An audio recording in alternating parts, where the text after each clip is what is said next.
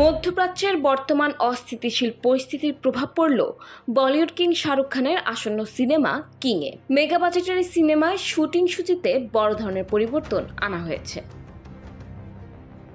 ভারতীয় গণমাধ্যমের খবর অনুযায়ী পূর্ব পরিকল্পনা অনুযায়ী দুবাইয়ে সিনেমাটির একটি গুরুত্বপূর্ণ অংশের চিত্রায়ন হওয়ার কথা ছিল, কিন্তু নিরাপত্তার খাতিরে সেই সিদ্ধান্ত বাতিল করেছেন নির্মাতারা।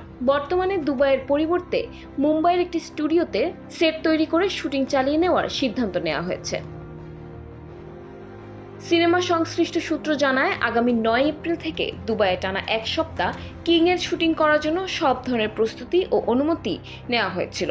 তবে ইসরায়েল ও ইরানের মধ্যকার চলমান উত্তেজনা এবং মধ্যপ্রাচ্যের আকাশসীমায় বিমান চলাচলে অস্থিরতার কারণে শিল্পী ও কলাকুশলীদের নিরাপত্তার বিষয়টি গুরুত্বের সঙ্গে দেখছেন নির্মাতারা।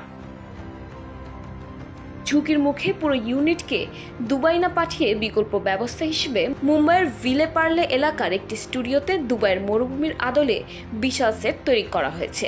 সেখানেই সুহানা খান ও অনিল কাপুরের একটি অ্যাকশন ও চেজিং সিকোয়েন্সের শুটিং করবেন পরিচালক সিদ্ধার্থ আনন্দ। সব ঠিক থাকলে চলতি বছরের শেষের দিকে সিনেমাটির কাজ শেষ হওয়ার কথা রয়েছে।